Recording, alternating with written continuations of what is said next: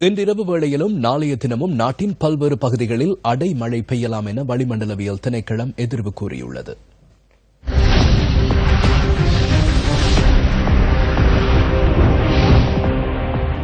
கடும் மழை காரணமாக மண் சரிவு அபாயம் விடுக்கப்பட்ட பகுதிகளில் தற்போது மண் சரிவு அபாயம் நீக்கப்பட்டுள்ளது.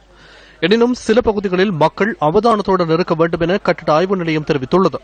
இதேவேளை கடும் மழை காரணமாக காலி மாவட்டத்தின் பத்தேகம அகலிய, பத்தேகம உடுகம, நாகொட உடுகம் ஆகிய வீதிகள் இன்று மதியம் நீரில் மூழ்கியிருந்தன. காலி பத்தேகம பிரதான வீதியின் தொடம்கொட பிரதேசமும் நீரில் மூழ்கியிருந்தது. காலி, பொல்லாத்துமோதர, கங்கை பெருக்கெடுத்தமையின் காரணமாக ஓமதுவ, யக்கலமுள்ள மற்றும் இமதுவ கோத்தாகுட் ஆகிய வீதிகளும் மேலும் சில தாழ்நில பகுதிகளும் நீரில் மூழ்கியிருந்தன. கரந்தேனிய ஊரக சந்தி வீதியும் இவ்வாறு நீரில் மூழ்கியிருந்தது.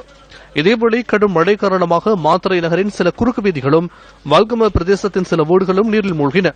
மெதிரகிரிய, மிகஸ்வவ, விஹாரகம் ஆகிய பிரதேசங்களை ஊடறுத்து நேற்று பிற்பகல் வீசிய பலத்த காற்று காரணமாக 6 வீடுகள் சேதமடைந்துள்ளன. கந்தலாய் நகரிலும் 20 வீடுகளுக்கு சேதம் ஏற்பட்டன.